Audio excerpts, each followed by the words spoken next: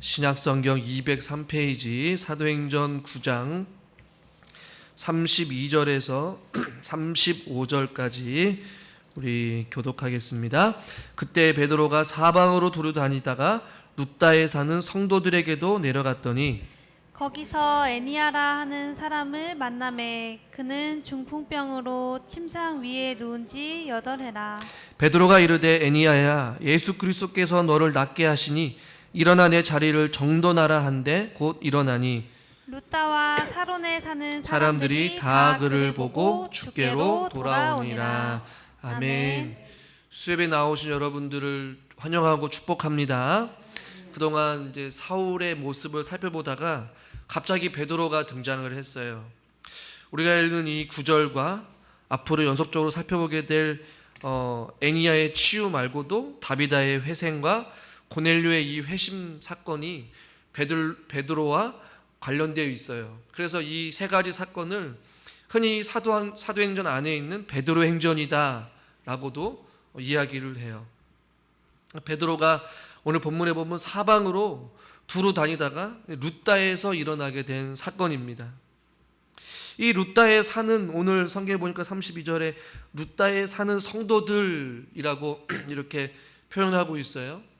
이미 이 룻다라는 이방 지역에도 주님을 믿는 그리스도인들이 있었다라는 것이에요. 온 유대와 사마리아 땅끝까지 이르러 내 증인이 되리라 라고 말씀하셨는데, 이미 이 룻다라는 지역에 주님을 믿는 성도들이 이미 있었다란 말이에요. 아마 빌립 집사의 영향을 받거나 혹은 흩어진 기독교인들의 영향을 받아서 이 룻다라는 지역에도 예수 그리스도를 믿고 복음이 전파되어지고 또한 성도들이 있었음을 우리는 성경을 통해서 발견하게 된다는 것이죠.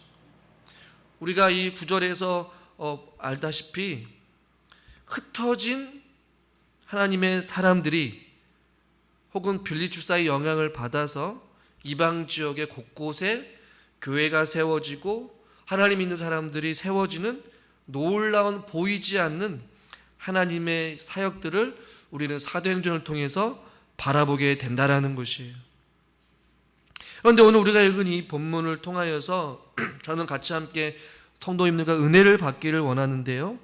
오늘 이 베드로가 룻다라는 이 지역의 성도들에게도 내려갔는데 33절 말씀에 이런 구절이 있습니다. 같이 한번 읽어볼게요. 거기서 애니아라 하는 사람을 만나매 그는 중풍병으로 침상 위에 누운 지 8해라. 아멘. 저는 이 말씀 구절을 보다가 조금 의문이 생겨서 다양한 번역본을 좀 읽게 되었는데, 잘 보시면 거기서 애니아라 하는 사람을 만났다 라고 말씀하고 있어요. 아마 이 만남은 결코 우연이 아니었을 거예요. 이 룻다라는 지역의 성도들이라고 했기 때문에 많은 성도들이 있었을 거란 말이에요. 그런데 그 중에서도 이 애니아를 만나게 되었다. 이 만남에 분명한 이유가 있었음을 우리는 발견하게 돼요. 그런데 이 만나다라는 이 단어가 이 원어 성경을 찾아보고 또 조금 더 이해가 안 돼서 영어 성경을 찾아보니까 이 애니아를 만나다, 단순히 그냥 만나다라는 의미도 있지만 영어 성경을 보니까 파운드라고 되어 있고 이 찾다 혹은 발견하다라는 의미를 가지고 있어요. 그러니까 지금 베드로의 눈에 애니아를 발견하게 된 것이에요. 그러니까 수많은 사람들을 아마 베드로가 만났을 거란 말이에요. 이 사람 저 사람 길을 가고 또 앉아있고 밥을 먹고. 근데 베드로가 이 룻다라는 지역을 돌아다니면서 한 명만 만났겠습니까? 아니에요. 그런데 오늘 성경에서는 거기서 애니아라는 사람을 만났다라고 우리가 읽은 개역 성경에는 그렇지만 원어의 의미를 살펴보고 영어 성경을 보면 베드로가 지금 만났다 혹은 발견했다. 누구를요? 애니아를 발견했다라는 것이에요. 그냥 베드로의 눈에 애니아라는 사람이 자꾸만 시선이 갔다라는 것이에요. 왜 애니아에게 시선이 갔는지 성경은 구체적으로 말씀하고 있지는 않지만 저는 이것은 굉장히 우리에게 중요한 도전을 준다라고 생각되어져요. 아마 8년 동안 중풍병으로 병상에 누워있다라고 성경은 기록되고 있고, 그 병상에 누워있는 그 애니야를 베드로가 룻다라는 그 지역, 즉 33절에 거기서 그것을 발견했다라는 것이에요. 누구를요? 병상에 누워있는 그 애니야를 발견했다 혹은 찾았다, 이런 의미를 가지고 있어요.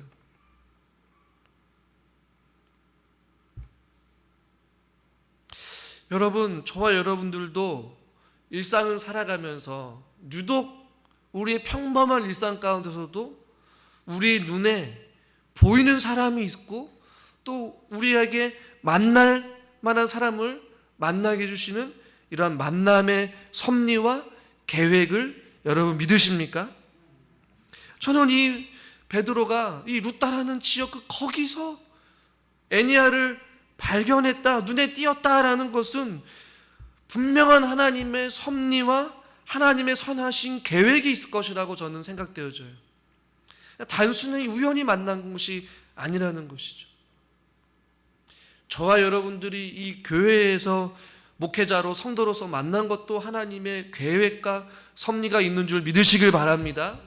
여러분들도 우리 교회 안에서 오랜 시간 동안 같이 믿음 생활하면서 주님께서 옆 사람을 소중하게 여기시고 우리를 이렇게 만나게 해주시고 믿음 생활하게 한 것도 하나님의 분명한 섭리와 계획이 있다라는 것이, 거기서 애니야를 만났다, 발견했다라는 것이죠. 그런데 34절에 그 발견한 베드로가 34절에 한번 같이 한번 읽어보겠습니다. 베드로가 이르되 애니야야, 예수 그리스도께서 너를 낫게 하시니 일어나 내 자리를 정돈하라 한데 곧 일어나니. 아멘. 여러분 잘 보시면 지금 누가 먼저 애니야의 병에 대해서 이야기를 하고 있을까요? 베드로가 이르되 라고 말씀하고 있어요. 애니야가 먼저 베드로에게 나를 위해서 기도해 주세요 라고 이렇게 간청한 것이 아니라 베드로가 먼저 애니야에게 요청합니다. 무슨 이유에 있는지 몰라도 그냥 애니야가 눈에 들어왔고 발견했을 때 베드로가 먼저 말을 꺼내요. 뭐라고 말씀합니까? 애니야야, 예수 그리스도께서 너를 낫게 하실 것이다. 할렐루야. 베드로가 지금 먼저 믿음에 대한 무엇이 있었던 거예요? 확신이 있었어요. 어떤 확신이요? 애니야를 예수님께서 낫게 해주실 것이라는 어떤 확신이 베드로에게도 있었다라는 것이. 그리고 그 믿음으로 선포합니다. 애니야가 먼저 요청한 것도 아니에요. 자기 사연, 그동안 자기가 오랜 시간 동안 이 질병 가운데 절망과 고통 가운데 있었음을 하소연한 것도 아니에요. 고쳐달라고 기도한 것도 아니고 부탁을 한 것도 아니었어요. 베드로의 눈에 그것이 발견되었고, 그 발견된 가운데 믿음에 대한 확신을 가지고 베드로는 예수 그리스도의 이름으로 선포한 것입니다. 예수 그리스도께서 너를 낫게 하실 것이다. 이 원문을 보면 그가 이 순간 너를 치유하신다 라고 번역됐어요. 현재형이에요.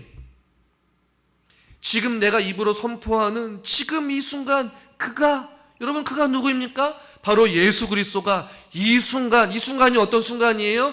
예수 그리스도가 너를 낫게 하실 것이라고 그 선포하는 그 순간에 너를 치유하고 계시다. 여러분 대단한 믿음의 선포 아닙니까? 베드로는 주님께서 자신을 통해서 애니야를 치유해 줄 것을 확신한 거예요. 하나님의 역사하심이고 하나님의 일하심이죠. 수많은 만남 가운데 애니야를 발견하게 하시고 예수님께서 그에게 믿음으로 선포하게 해주셔서 애니야의 병을 고치시는 하나님의 놀라운 섭리와 하나님의 일하심을 우리는 발견하게 된다는 것이. 여러분 베드로가 어떤 사람이었습니까? 예수님을 3번씩이나 부인했던 자 아니에요? 그런데 이제는 어떤 믿음에 대한 확신과 부활의 능력을 경험하고 나니까 그냥 믿음으로 선포하는 거예요.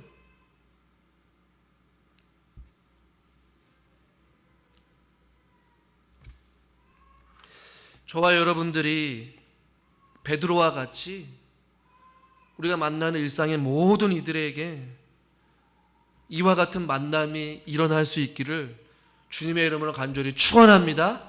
할렐루야. 어떤 이들은 이 사람들과 만나기만 하면 세상적인 이야기들로 가득 차 있는 사람들이 있어요. 교회를 다니고 예수를 믿는 사람들이라면 우리의 입술을 통하여서 무엇이 선포되어야 하고 무엇을 자랑해야 되고 무엇을 말해야 될까요? 어떤 이들은 만나는 사람들에게 항상 세상적인 이야기, 자기 자랑, 돈 이야기, 자녀 자랑, 혹은 세상을 향한 원망과 불평, 신세 한탄. 가끔 찻집이나 식당을 가보면 가만히 들어보면 교회 성도, 교회 분들인 것 같은데 이 교회의 흉을 보고 있어요. 목회자를 흉보고 성도를 흉보고 또 누구누구 집사를 흉보면서 서로가 원망하고 불평하고 그런 이야기들 종종 들을 때가 있어요. 여러분, 하나님 믿는 사람들이라면 만나는 모든 이들에게 이 베드로와 같이 먼저 다가서서 말씀하는 것이에요. 무엇을 전해야 됩니까? 무엇을 자랑해야 돼요? 무엇을 우리가 선포해야 됩니까? 베드로가 애니야를 발견했을 때 그 발견하다 혹은 그것을 찾다라고 했을 때 무엇을 발견하고 무엇을 찾았을까요? 병상 중에 누워있는 질병으로 고통받고 있는 그 불쌍한 영혼을 베드로는 발견한 거예요. 그 발견한 가운데 베드로에게 하나님께 주신 그 마음은 무엇이었을까요? 그에게 필요한 것 바로 예수 그리스도. 할렐루야. 우리가 만나는 이들에게 필요한 것은 무엇일까요? 바로 예수 그리스도. 예수 그리스도의 사랑, 예수 그리스도의 십자가의 능력. 할렐루야. 그것을 저와 여러분들이 전해야 되는 것이고 그것을 자랑해야 된다는 것이에요. 만나는 모든 이들에게 그 예수 그리스도의 마음으로 상대방의 결핍과 상대방의 아픔과 상대방의 고통을 바라볼 수 있는 믿음의 영적인 눈을 뜰 수 있기를 주님의 이름으로 축원합니다. 만날 때마다 원망하고 불평하고 신세 한탄하고 남 흉보고 교회 욕하고 이럴 시간이 어디 있어요? 베드로는 룻다라는 이 지역을 다니면서 만나는 이들에게 그리스도의 믿음을 전하고 그들의 믿음을 확인하면서 지나가다가 발견한 거예요. 도움의 손길, 치료의 손길, 회복의 손길이 필요한 그 애니야를 발견하게 되었고 그에게 먼저 다가가서 믿음으로 선포한 거예요. 예수 그리스도께서 너를 낫게 하실 것이다. 그의 아픔을 위로하고 그의 아픔을 치료하고 그가 필요한 것들을 채워줄 수 있는 그런 그리스도인. 그래서 하나님 함께 인도하는 선한 도구가 저와 여러분이 될 수 있기를 주님의 이름으로 축원합니다. 여러분, 그렇다면 우리가 살아가면서 하루하루 일상 가운데 몇 명을 만나는지는 모르지만 만나는 모든 이들에게 서로에게 영적인 필요를 채워줄 줄 알고 영적으로 믿음의 눈을 들어 그들의 필요와 그들의 아픔과 그들의 고통을 발견하고 그들을 위해서 예수 그리스도의 이름으로 선포하고 함께 기도하고 함께 회복되어지는 하나님의 놀라운 일들을 경험할 수 있는 저와 여러분들 될 수 있기를 주님의 이름으로 간절히 축원합니다. 여러분, 분명한 것은 베드로는 확신이 있었어요. 어떤 확신입니까? 예수 그리스도는 치료의 하나님이시다. 여러분 믿으십니까? 목사님, 당연한 것 아닙니까? 그런데요, 여러분, 우리는 이 사실을 너무나도 쉽게 잊어버리고 살아가는 것 같아요. 여러분, 예수님의 공생의 사역을 보면 하나님의 말씀을 가르치시기도 하시고 믿지 않은 자에게 복음을 전하시기도 하시고 또 예수님의 많은 사역들 가운데 중요한 사역이 무엇이었습니까? 많은 이들을 고쳐주셨어요. 할렐루야. 많은 병자들을 고쳐주셨단 말이에요. 여러분 기억하십시오. 예수 그리스도는 진정한 치료자이십니다. 지금 여전히 필요가 필요한 시대를 우리가 살고 있잖아요. 뭔가 마음이 병이 걸린 자들이 너무나도 많이 있어요. 의학이 아무리 발달해도 고치지 못하는 질병들이 너무나도 많이 있어요. 저는 의학을 무시하는 건 아닙니다. 그러나 우리의 몸과 영혼의 진정한 치료자, 우리 영혼의 구원자는 오직 예수뿐입니다. 저는 이 베드로가 이 믿음에 대한 확신, 예수 그리스도는 진정한 구원자이시고 치료의 하나님이시다라는 이 믿음의 확신이 있었기 때문에 그냥 믿음으로 선포한 것이에요. 여러분, 우리가 이 사실을 단순하게 믿어봅시다. 그리고 오늘 이 저녁에도 우리가 같이 기도하는 것이에요. 주님의 은혜와 주님의 자비와 주님의 치료하심과 주님의 어루만지심을 우리가 기대하고 소망할 때에 각 사람에게 꼭 필요한 것들로 하나님께서는 공급해 주시고 하나님께서 은혜를 베풀어 주실 줄 믿습니다. 여러분, 왜 기도하지 않습니까?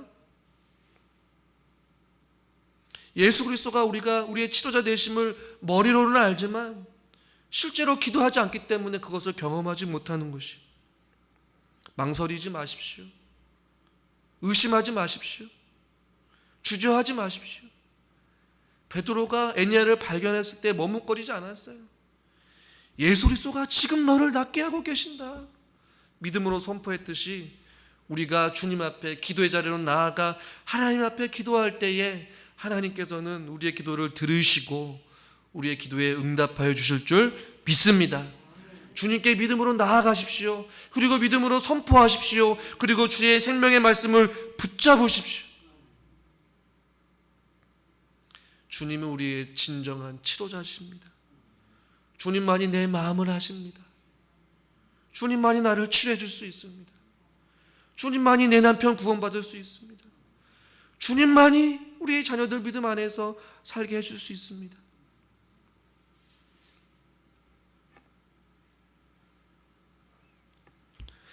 조금 더 우리가 살펴볼 것은 무엇이냐면요, 베드로가 34절에 이런 말씀을 하고 있어요. 우리 34절을 같이 다시 한번 읽겠습니다. 베드로가 이르되 애니야야, 예수 그리스도께서 너를 낫게 하시니 일어나 내 자리를 정돈하라 한데 곧 일어나니. 아멘. 그리스도께서 너를 낫게 하실 것이다 라고 해도 무방한데, 지금 베드로가 오늘 설교 제목과 같이 내 자리를 정돈하라 라고 말씀하고 있어요. 이것이 무슨 의미일까? 아마 베드로가 예수님한테 배운 것 같아요. 무엇을요? 요한복음 5장에 보면요, 베데스다 연못에 38년 된 병자가 있는데 그 병자를 고치실 때에 요한복음 5장 8절에 이렇게 말씀하고 있어요. 같이 한번 읽겠습니다. 예수께서 이르시되 일어나 내 자리를 들고 걸어가라 하시니. 동일하게 여기서도 내 자리를 들고 일어나라, 걸어가라. 여기서 자리는 야영용 침대를 이야기해요. 그러니까 38년 동안 그가 깔고 누워 앉았던 그 자리를 들고 일어나라는 것이죠. 즉 그 말은 그의 육체적인 질병뿐만 아니라 그동안 38년 동안 해캐묵은 그의 더럽고 추악했던 그 자리를 정리정돈하고 그의 삶을 새롭게 살라라는 의미도 가지고 있어요. 오늘 우리가 읽은 이 본문에서도 베드로는 그 예수님의 말씀을 빗대어서 예수 그리스도께 너를 낫게 하시리니 그냥 일어나라 라고 한 것이 아니라 일어나 내 자리를 정돈하라 라고 말씀하고 있어요. 이 정돈하다라는 단어가 조금 해석하기는 어려운데, 너 자신이 펴라, 이 정돈하다라는 단어의 뜻이 펴다 혹은 마련하다라는 의미를 가지고 있어요. 그러니까 침대를 정리하라라는 의미를 가지고 있기도 하고, 일어나서 자리를 펴고 너가 좀 뭐 좀 먹어라라는 의미를 일반적으로는 가지고 있어요.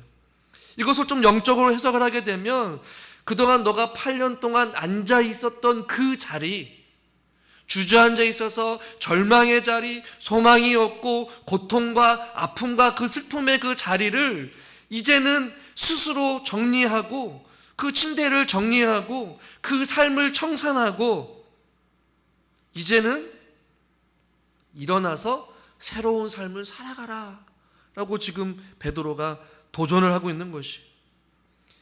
그러니까 마치 베데스다 연못에 38년 된 그 병자에게 자리를 깨끗하게 정리하고 이제는 네의 육체도 나았으니 너의 영혼도 새로운 사람이 되어서 새로운 삶을 살아가라 라고 말씀한 것과 같이 이 애니야에게도 8년 동안 네가 그동안 살아왔던 그 삶을 이제는 정리해라. 그 자리를 이제는 정돈하고 이제는 새로운 삶을 살아가라는 것이죠. 그동안 세상을 의지하고 사람을 의지하던 그의 삶, 사람의 도움 없이는 아무것도 할 수 없었던 그 자리를 정리하고 이제는 주님만 의지하며 살아가라는 것이, 저와 여러분의 삶, 세상을 의지하고 돈을 의지하고 분주하게 바쁘게 살아갔던 우리의 삶을 정돈하고, 할렐루야, 이제는 게으른 자리, 나태한 자리, 때로는 불순종의 자리, 그 자리를 이제는 정돈하고 부지런하게 또 신실하게 우리가 기도의 자리, 예배의 자리로 나와 새로운 삶을 요구하시는 주님의 음성에 우리가 귀 기울일 수 있기를 주님의 이름으로 축원합니다. 자리를 정돈하라는 것이, 8년 동안 앉아 있었으니 그 자리가 어떤 자리였겠습니까?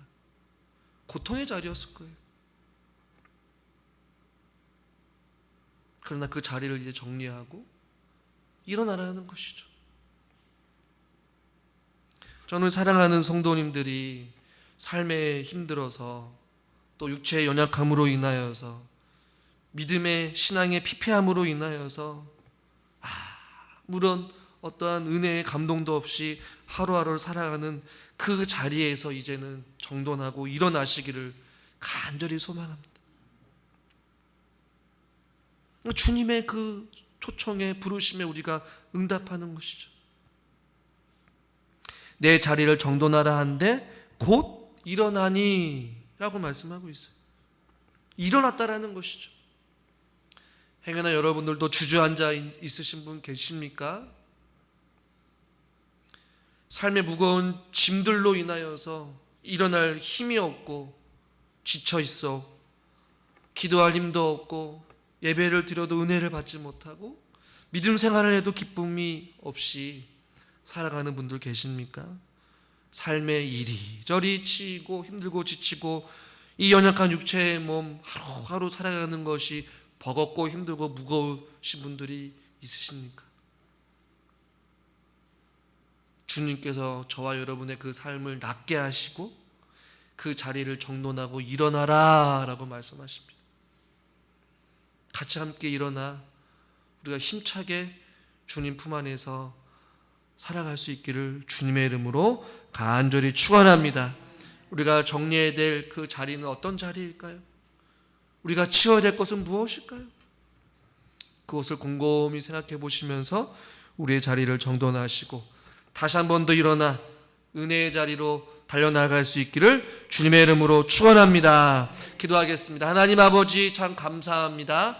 말씀을 통하여서 우리가 다시 한 번 더 깨달음의 은혜를 얻게 하여 주시옵소서. 하나님, 우리가 만나는 모든 이들이 결코 우연이 아니라 그 만남을 통하여서 그들에게 먼저 다가서고 먼저 예수 그리스도의 이름을 자랑하며 그리스도의 복음으로 그들의 필요와 그들의 아픔과 그들의 상처를 믿음의 눈으로 바라볼 수 있는 눈을 허락하여 주시고 그들을 위해 함께 기도할 수 있는 아름다운 공동체와 또 아름다운 우리 교회가 되어줄 수 있도록 주님 붙잡아 주시옵소서. 만나는 모든 이들에게 주의 사랑과 복음의 능력과 그리스도의 사랑을 나눠줄 수 있는 자들이 되게 하여 주시옵소서. 치료의 하나님, 우리들을 불쌍히 여겨주시고 우리의 연약한 육체와 우리의 연약한 영혼을 주님께서 불쌍히 여겨주셔서 우리를 강건케 하여 주시고 우리를 치료하여 주시고 우리를 어루만져 주셔서 아버지 하나님, 우리가 낫게 하여 주시고 우리의 자리를 정돈하고 다시 한 번 더 일어나 주님과 함께 힘차게 동행하는 삶을